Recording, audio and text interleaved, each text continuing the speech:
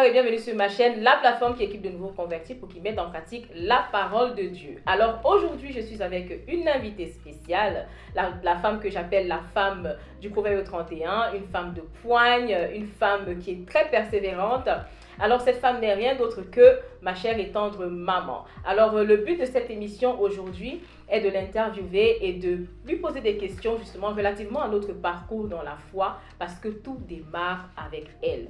Qui je suis aujourd'hui, c'est en grande partie grâce à elle. Et c'est la raison pour laquelle j'ai tenu à ce qu'elle soit sur ce plateau cet après-midi ou ce soir, bien évidemment, dépendamment de l'heure à laquelle vous regarderez cette émission, pour qu'elle partage avec nous justement quel a été le déclic et comment est-ce que justement nous sommes arrivés où nous sommes aujourd'hui, des femmes de Dieu, des femmes servantes de Dieu avec mes sœurs. Alors, maman, sans plus tarder, nous allons acclamer ma chère et tendre maman, Maman Suzanne.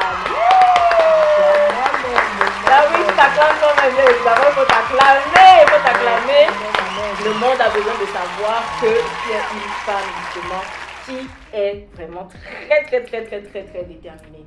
Ah oui, le monde a besoin de le savoir, c'est un témoignage vivant, elle est un témoignage vivant en elle-même. Alors je te laisse le soin de te présenter, Ma, comme je l'appelle affectueusement avec mes sœurs. Ma, je te laisse le soin de te présenter. Je suis Madame Nève, veuve de mon état. Je me prénomme Suzanne Rose. Mon nom de jeune fille, c'est Ngo Eluga. Et mes filles aiment souvent m'appeler Ngo. On aime t'appeler Ngo, la Ngo. Ouais. Donc, je te laisse te présenter, il faut continuer. Je pense que je me suis présentée de nom. Qu'est-ce qu'il faut encore l'âge? J'ai 64 ans, mère de 4 enfants, 4 jolies femmes. Bien sûr. Ah oui, la précision en vaut la peine parce que j'ai 3 sœurs, une aînée et 2 petites sœurs. Et nous sommes toutes choco. Ça, on ne tient pas de qui? De la maman. Ah oui. De la maman que je suis. On a aussi les jeunes du père ou bien? Non. Un peu oui. Voilà. Parce qu'il était très élégant. Ah oui. Ça, on peut le dire. Donc, au jour d'aujourd'hui, si j'ai tenu à t'avoir sur le plateau, maman, c'est parce qu'il fallait qu'on essaie de comprendre justement la genèse de comment est-ce que tout ça a commencé. Quand je parle de tout ça, je parle de la marche avec le Seigneur, en particulier en rapport avec notre famille. Donc, je suis curieuse de savoir, puisque c'est par toi que tout ça commence, quel a été le déclic? D'où est-ce que ça t'est venu justement d'accepter le Seigneur et de nous y conduire? Voilà. Merci de m'avoir posé cette question. Et tout part des années 1979. J'ai à peine 21 ans quand j'ai donné ma vie au Seigneur, quand il m'a appelé à lui. Oui, donc ça date de 79. Et j'ai également amené mes parents au Seigneur. C'est là que tout part. Et après, ce n'était pas facile de concilier la vie de jeune et la vie en Christ. J'ai rétrogradé, c'est le terme qui était utilisé à l'époque. J'ai rétrogradé.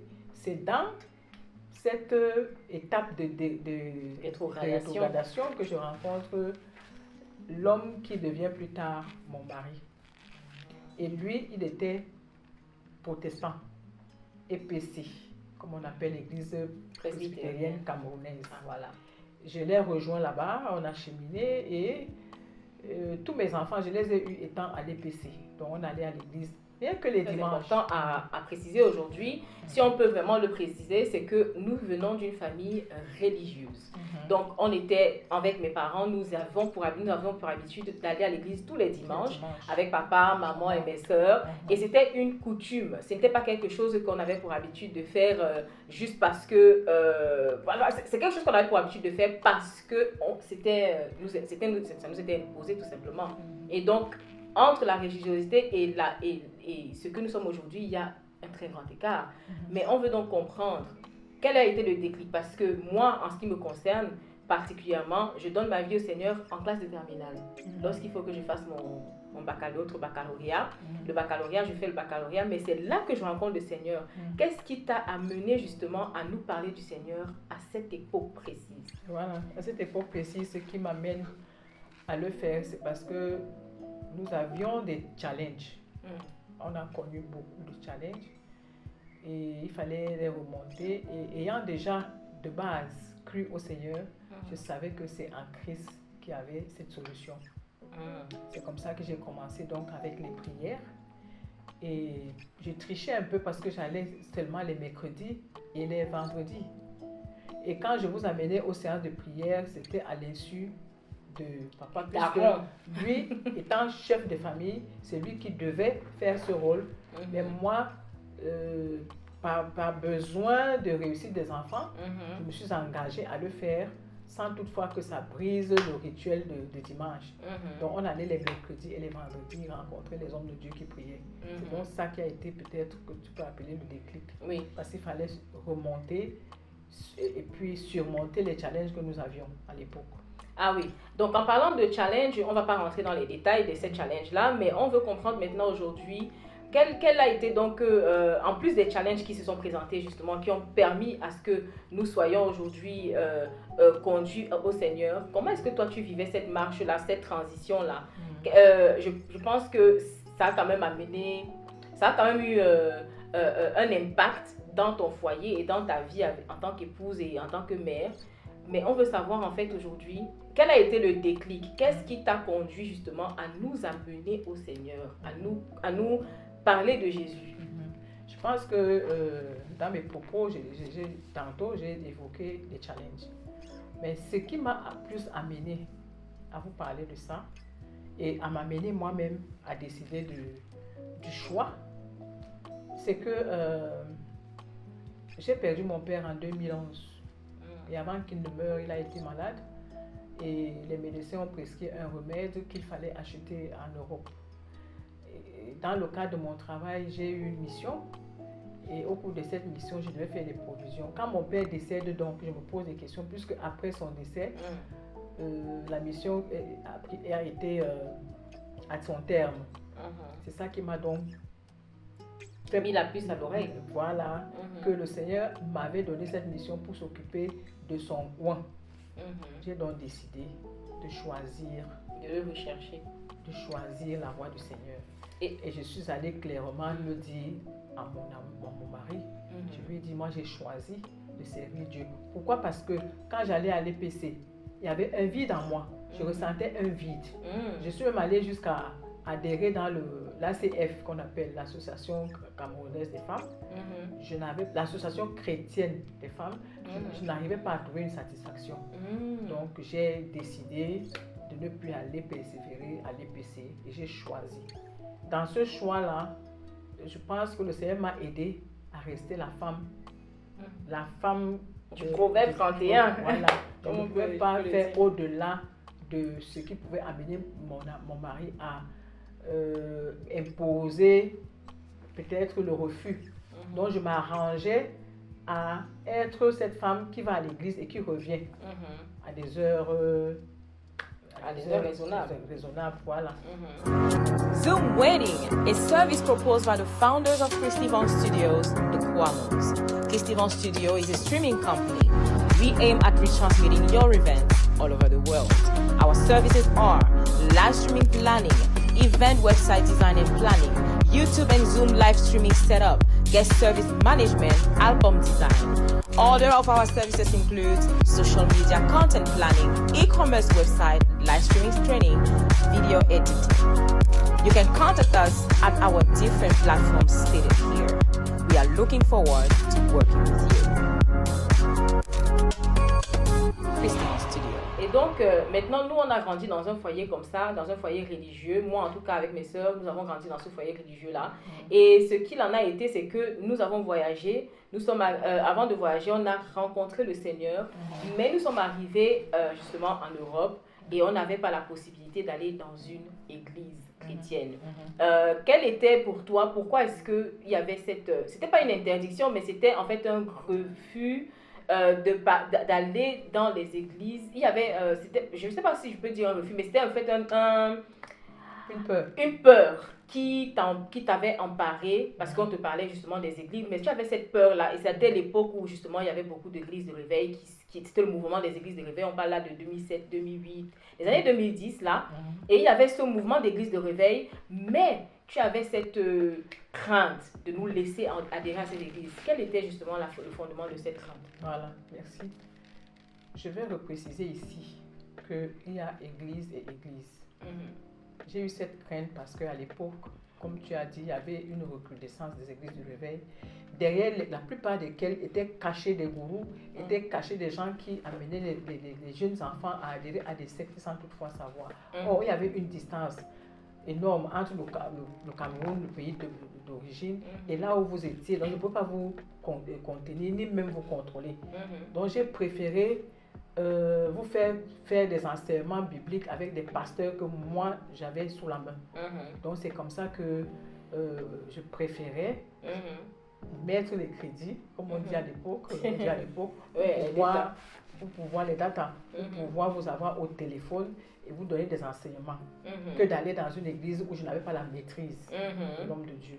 Ah oui, donc en fait, donc pour toi, la question était justement de ne pas avoir ce contrôle-là, de savoir, ok, quelle est la qualité d'enseignement qui est donnée à tes enfants, quelle est la doctrine qui est enseignée à tes enfants. Et donc, au jour d'aujourd'hui, il y a donc plein de parents qui amènent leurs enfants, qui envoient leurs enfants en Europe, et ces enfants-là adhèrent à des églises. Et comment est-ce qu'ils peuvent donc faire pour avoir... comment est-ce que ces enfants-là peuvent faire pour savoir qu'ils sont dans quelque chose de bien? Parce qu'ils peuvent estimer que, justement, là où je suis, c'est quelque chose de bien. Quel est le conseil que tu peux donner aujourd'hui? Est-ce que tout le monde n'a pas la grâce d'avoir les détats, justement, au pays comme toi, tu as eu à l'avoir en tant que cadre? Tout le monde n'a pas ce privilège.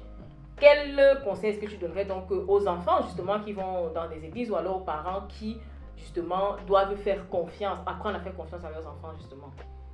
Oh, comme conseil, je pense que c'est seulement à Dieu qu'il faut se remettre. Parce que quand un enfant reçoit le Seigneur, il est à la merci de l'homme de Dieu qui lui a parlé de Dieu. Et c'est la doctrine, c'est sa doctrine qu'il suit. Il ne s'y connaît pas, c'est la doctrine qui lui est prêchée qu'il accepte. Bon, pour le parent, je dirais que lorsque le parent même n'est pas en Christ, comment est-ce qu'il saura que son enfant n'est pas dans une bonne église? C'est ça le problème. Comment est-ce qu'il saura que l'enfant n'est pas dans une bonne église? Il y a des parents qui sont catholiques protestants. Quand on leur parle de l'église de réveil, pour eux même d'abord, c'est un refus. Donc, lorsque l'enfant s'entête à dire à son père que moi j'ai rencontré une église où on me parle de Dieu d'une autre manière, il y a souvent un conflit et après l'enfant est abandonné à lui-même. Si c'est une bonne église, tant mieux, mais si c'est une mauvaise église, tant pis. Là, on va le perdre complètement. Exactement. Et là, nous ne sommes pas sur la question de savoir comment est-ce que reconnaître une bonne église ou une mauvaise église. On est juste dans la question d'avoir le discernement, de savoir, ok, là, je suis en train d'adhérer à quelque chose de bien et de mal. Merci bien de répondre à cette question-là justement par rapport à l'église, puisque de toutes les façons, on a passé 4 ans justement dans le pays avant de venir ici en Allemagne. On a passé 4 ans à ne pas venir à l'église. En tout cas, moi, pendant mon année de bachelor, je suis pas allée à l'église. Mais donc, dès que je suis venue en Allemagne, on a cheminé avec toi, mais il est venu un moment où tu nous as relâchés. Donc justement, cette crainte est partie.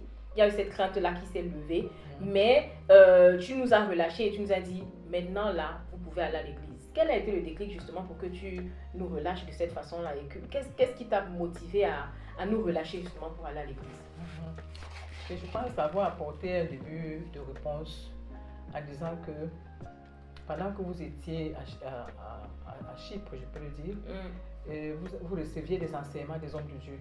Vous êtes venu ici en Allemagne et après j'ai demandé à ce que vous rentrez au Cameroun.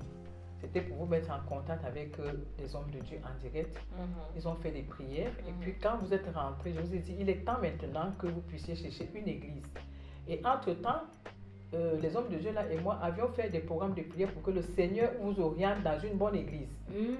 C'est donc comme ça que, arrivé ici en Allemagne, je ne sais pas dans quelles circonstances vous avez rencontré l'église dans laquelle vous persévérez. On avait justement insisté qu'il faille que vous trouviez une église où on baptise par immersion. Et ça a été le cas et je me suis sentie apaisée. Et j'ai eu la confirmation quand je suis venue au mariage en 2018. Oui. J'ai touché du doigt et j'ai compris que vous êtes à la bonne place. Waouh. Donc en fait, le relâchement, c'est venu vraiment, c'était pas venu de manière naturelle, c'était préparé. Donc en fait, le fait que nous ayons eu cette grâce-là de trouver l'église, c'est maman qui a pris ses genoux, qui a mis au sol et qui a prié. Et puis, il faut voir aussi que ça se fait de manière graduelle, hein, parce que moi, ça a commencé par moi. Je suis allée à l'église et 3 mois plus tard, c'est Suzanne qui me suivait justement dans l'église dans laquelle nous persévérons aujourd'hui, à Fulda, justement. Donc, si vous êtes intéressés, le lien de tout ce qui concerne l'église est en barre d'infos.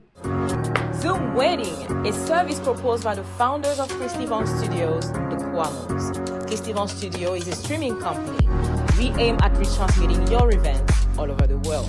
Our services are live streaming planning, event website design and planning, YouTube and Zoom live streaming setup, guest service management, album design. Other of our services include social media content planning, e-commerce website, live streaming training, video editing.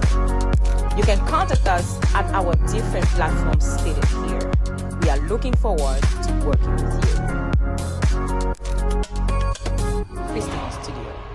Seigneur, aujourd'hui, quelle est la routine que tu pourrais dire que tu vis? Quelle est la routine que tu pourrais dire que tu as adoptée dans ta marche avec le Seigneur? Parce que justement, en tant que personne du 3e âge, il y a des challenges auxquels vous êtes confrontés, que tu es confronté et que nous n'avons pas encore. Quels sont les challenges justement auxquels tu fais face et comment est-ce que tu surmontes ça pour aider justement quelqu'un du 3e âge qui hésite à venir à Christ? Je pourrais dire à cette personne du 3e âge que nous sommes en train de descendre la pente de notre vie. Il est vrai, la mort n'a pas d'âge pour mourir étant jeune ou bien étant vieux. Mais lorsqu'on est déjà à un certain âge, on s'attend à la mort à tout moment. Donc toi qui m'écoutes, il est temps que tu donnes ta vie au Seigneur parce que après la mort, tu auras à rendre compte. Toi qui es en Christ, la routine, c'est la méditation, c'est la prière, c'est les jeûnes. Et parfois, ce qui nous effraie, nous les jeunes, les vieux, c'est le jeûne. Mais j'encourage à mon Seigneur qui m'écoute de ne pas avoir peur du jeûne. On peut jeûner en prenant ses fruits. On peut jeûner en optant pour un régime végétarien, quoi. Mais en sachant qu'à des heures fixes, on doit prendre son fruit. Parce que le jeûne nourrit l'esprit. On ne peut pas prier si on a un esprit lourd. C'est le jeûne qui élève l'esprit. Et pour un Seigneur, nous sommes là pour prier pour nos générations présentes et futures. Amen. Donc on a cette obligation d'être dans la présence de Dieu, de prier. C'est tout ce que je peux dire. Amen. Ça, c'est de très très bons conseils qui nous sont prodigués justement par ma maman parce qu'elle est une femme sage. Amen. Et la femme sage, la parole de Dieu nous dit qu'elle bâtit. Donc, au jour d'aujourd'hui, maman, il y a une question que je vais te poser. Tu l'as très bien illustré au préalable. Tu as rétrogradé dans ta marche avec le Seigneur. Et c'est dans cette rétrogradation que tu rencontres mon père. Maintenant, en tant qu'épouse de quelqu'un qui était religieux, quelle a été... Parce qu'on peut dire que tu as renouvelé ta relation avec le Seigneur dans le mariage. C'est dans le mariage que tu rebâtis ta relation avec Dieu. Quels ont été tes challenges? Ou bien quels ont été tes challenges, justement, en tant que femme qui redécouvre son premier amour qui est Christ, étant mariée à quelqu'un de religieux? Parce qu'il y a plein de femmes aujourd'hui, justement, qui sont des épouses des religieux ou alors qui découvrent le Seigneur. Elle était dans le monde avec son époux et elle découvre le Seigneur dans le mariage. Elle est confrontée à une situation. Comment est-ce que tu as vécu cette situation-là? C'est une situation très difficile quand on n'est pas préparé. Quand on n'est pas préparé. Moi, j'ai connu des femmes qui sont arrivées dans le Seigneur et quelques temps après, elles étaient amenées à demander le divorce. Pourquoi? Parce que quand on est en Christ, on n'a plus la même façon de voir les choses que quelqu'un qui est pas païen, mais quelqu'un qui n'a pas cru. Donc, ce qui fait que moi, je ne dis pas que je l'ai fait de moi-même, c'est le Seigneur qui m'a conduite à cela. Je priais et chaque fois, je portais mon mari au trône. Pour que le Seigneur lui donne un cœur d'accepter que moi, je puisse servir. Pourquoi? Parce que c'est le chef de famille qui décide. C'est le chef de famille. C'est sur le chef de famille que repose toute la famille. S'il n'est pas en Christ, quel est le devenir de cette famille? Et moi, ayant eu cet entraînement, je me suis dit, il faut que je porte cette charge et le Seigneur a été avec moi. Donc, tout ce que je peux dire, c'est la prière. Lorsque ton mari n'est pas en Christ et que tu es en Christ, tu n'as rien à faire que de prier pour lui. Et de demander au Seigneur de lui donner le cœur d'accepter que toi, tu puisses aller à l'église. Et ne pas exagérer surtout, parce qu'il y a des femmes qui exagèrent. Lorsqu'elle va à l'église et qu'elle a eu un enseignement qui porte sur le comportement d'un homme, elle va rentrer le dire à son mari de manière très brute. Et il va encore se bloquer. Si ça n'exagérons pas. Notre comportement doit amener notre mari à comprendre que ma femme a réellement cru. Parce qu'avant, je faisais ceci, elle retorquait. Mais maintenant, quand je fais ça, elle ne réagit plus. Donc, il va se dire, autant accepter qu'elle aille parce que ça a changé l'atmosphère dans la maison. C'est de ça qu'il s'agit.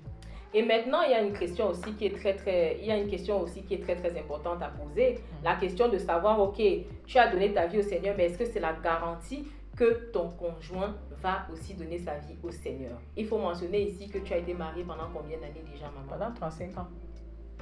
Pendant 35 ans. 35 ans de mariage. 35 ans, c'est pas 35 jours. Waouh, franchement. 35 ans.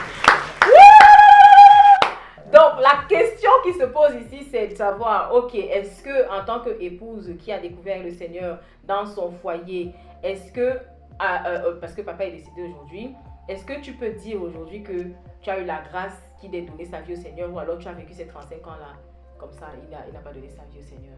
Parce que c'est la question qu'il faut se poser, c'est ce qu'il faut qu'on sache aujourd'hui. Il n'y a pas de garantie que parce que tu as cru, ton mari va croire. Quel est ce que tu peux nous dire par rapport à ça aujourd'hui? Merci, parce que la question est pertinente. La question est pertinente en ce sens que lorsque, et ce n'est pas seulement le cas de la femme, il y a aussi le cas de l'homme. Parce qu'il y a des hommes qui connaissent le Christ et dont les femmes sont réfractaires. Donc c'est un problème qui concerne le couple. Ce que moi, j'ai fait, et je rends grâce à Dieu, chaque fois, dans mes prières, je demandais au Seigneur, est-ce que c'est normal? Je dois servir mon Dieu avec mon mari. Et ce n'était pas la volonté de Dieu en ce moment-là. Il m'a laissé porter cette charge. Je lui dis merci aujourd'hui parce que quelques jours avant le décès de mon mari, il a donné sa vie au Seigneur. Quand on parle de quelques jours, on parle de... il a donné la vie au Seigneur, c'était 3 jours avant son dimanche, décès. et il est mort mercredi. Wow. C'est la volonté de Dieu. Il sait pourquoi il a accepté cela. Et je rends grâce à Dieu parce que mes prières ont été exaucées. C'est tout ce que je peux dire. Wow. Et c'était aussi une façon pour moi de m'attacher davantage à lui. Il sait pourquoi il a accepté que mon mari ne puisse pas donner sa vie au Seigneur. Avant? Oui, il le savait. Donc pour lui, c'était pour que moi je puisse m'attacher davantage à lui. Amen. Il voyait les challenges que j'avais, il voyait les défis que j'avais à relever, du plan de mon travail, plan familial. Donc je devais prier. Et si on était à deux, ça pouvait peut-être alléger. Donc tout ce que le Seigneur fait est bon et toute chose concourt au bien de ceux qui aiment Dieu. Wow. Zoom Wedding, a service proposed by the founders of Christy Von Studios, the Kwamos. Christy Von Studio is a streaming company. We aim at retransmitting your events all over the world. Our services are live streaming planning, event website design and planning, YouTube and Zoom live streaming setup, guest service management, album design. Other of our services include social media content planning, e-commerce website, live streaming training, video editing. You can contact us at our different platforms stated here. We are looking forward to working with you. Christine Studio. Wow, vraiment toutes choses concourent justement au bien de ceux qui aiment Dieu. Et donc, moi, j'aimerais poser une question encore, maman, c'est de savoir, en tant que mère, au jour d'aujourd'hui, tu n'as plus d'époux, mais le Seigneur, dans ta marche, t'a conduit à avoir, à le servir. Et là, maintenant, tu n'avais pas cette grâce-là de le servir dans le ministère au préalable, mais tu investissais dans le ministère d'une manière... Dans l'avancement de son œuvre, mais tu n'étais pas à plein temps dans le ministère comme tu l'es aujourd'hui. Comment est-ce que tu vis donc cette nouvelle vie d'enfant de Dieu qui sert à plein temps à l'église, et comment est-ce que cela peut impacter justement tes futures générations? Je ris parce que mon statut de veuve fait de moi l'épouse de Christ. Effectivement. Il est le mari des veuves et le père des orphelins. Amen. Donc, après le décès de mon mari, je me suis totalement abandonnée à lui. Je vais à l'église maintenant, je n'ai plus de contraintes. Ma dernière fille étant mariée, elle n'est plus à côté de moi, donc je vis seule à la maison. J'ai le temps de t'occuper des choses de Dieu. Bah oui. Donc, je suis membre d'un groupe d'intercession. Quand il arrive de dormir à l'église, c'est avec joie que je vais dormir dans la maison de Dieu pour prier pour les autres. Bon, maintenant, l'autre volet de la question, c'était de savoir... Comment est-ce que cela contribue justement à tes futures générations? Mais vous savez, il y a un passage de la Bible, je pense que c'est 2 Corinthiens 7, verset 14, si je me trompe. Bien, c'est 1 Corinthiens, mais qui parle des générations futures, parce que le Seigneur maudit jusqu'à la 4e génération. Moi, j'ai dit, ma génération ne sera pas maudite. Amen. Pourquoi? Parce que quand j'ai eu mes 4 filles, j'ai fait un vœu. J'ai dit au Seigneur, tu m'as donné 4 filles, tu ne m'as pas donné de garçons. Et je sais qu'à travers ces 4 filles, tu vas me donner 4 garçons. Yes. Il faudrait que ces 4 garçons-là soient en Christ et qu'ils te servent.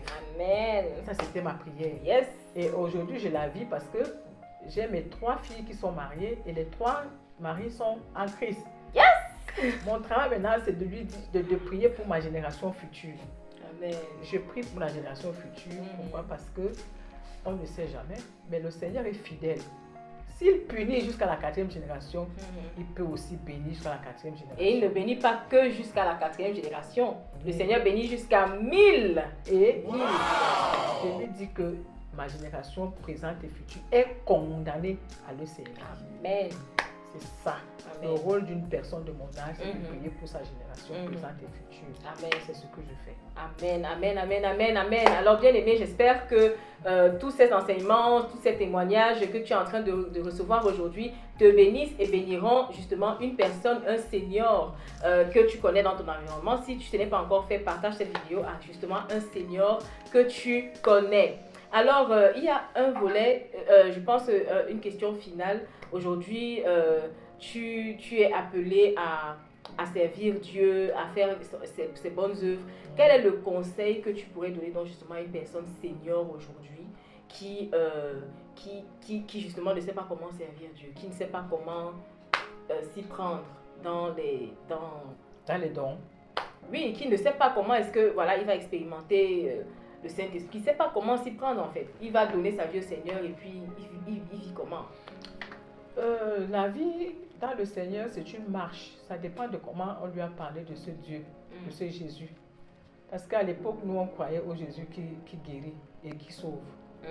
Et après, on a compris que c'est le Jésus qui est tout. Il est tout. Il est souverain. Pour un Seigneur, et de confère avec la parole de Dieu qui dit que le Seigneur voudrait que nous faisons des œuvres dans sa maison. Le Seigneur va lui parler. Lorsqu'on est en Christ, on est en contact direct avec Dieu. Il va lui parler dans quel domaine il peut servir. Oui, il y a le domaine il y a une parole de Dieu qui dit que il faut s'occuper des veuves, il faut s'occuper des orphelins, des démunis. Donc, nous sommes une créature. Nous avons été créés pour de bonnes œuvres. C'est la parole de Dieu qui le dit. Donc, chacun qui est en Christ doit poser de bonnes œuvres. C'est pourquoi nous avons été créés. Amen. S'il pense qu'il peut œuvrer dans le domaine du social, il le peut. S'il pense qu'il peut donner de l'offrande pour l'avancement de l'œuvre, l'évangélisation, il peut aussi le faire. Voilà. Donc, en fait, il faut le savoir, les personnes seniors, justement, ne sont pas exemptées de croire en Dieu. Et ce sont des personnes, justement, qui ont certes des limitations, mais ce n'est pas impossible parce que tout est possible à celui qui croit. Et donc, voilà, nous sommes rendus au terme de cette émission. Nous avons eu le plaisir de partager, justement, le plateau de Christ Lovers avec ma chère et tendre maman. Tu es encore là pour longtemps, on l'espère. Et je pense que peut-être prochainement, les femmes, si vous avez des questions qui ont trait justement au foyer, à la mise en beauté, à tout ça, vous pourrez encore faire appel à ma chère et tendre parce que c'est elle qui... Mais j'ai un mot à dire. Un mot? Oui, j'ai un mot à dire pour la fin. Un mot à dire pour la fin, c'est que nous devons croire en Dieu. C'est en lui que nous avons la vie. Amen. Dans sa présence, il y a l'être, le mouvement, il y a la paix, il y a la joie, il y a le bonheur. Amen. Une vie sans Jésus est une vie morte. Une vie sans Jésus est une vie qui n'a pas de sens. Donc je vous appelle à donner vos vies au Seigneur. Amen. Amen. Amen, amen, amen. Et c'est sur cette parole, justement, sur cette belle parole qu'on va terminer. Nous vous invitons à donner votre vie au Seigneur. Donc, si tu n'as pas encore partagé la vidéo, bien aimé, je te demande de le faire pour bénir la vie de plus d'une personne, pas seulement d'un frère et soeur comme toi, mais aussi d'une senior, ok? Donc voilà, donc nous avons terminé et prochainement j'inviterai encore maman peut-être pour qu'elle nous donne des conseils pour nous les femmes, de comment est-ce qu'il faut maintenir le charisme quand même. Amen. Voilà, parce que là, je porte mes 64 ans. Voilà, quand même, donc vous voyez vous-même la mettre tout, elle répond, donc il faut quand même qu'on sache comment on doit finir. Maman. Voilà, donc on va te réinviter sur le plateau pour que tu nous partages tes astuces. Bien volontiers. Si les filles votent, donc il faut liker la vidéo et pour ça, maman reviendra, ok? Au nom de Jésus, que le Seigneur vous bénisse. Amen. Et à la prochaine émission. Amen. Au revoir. Au revoir.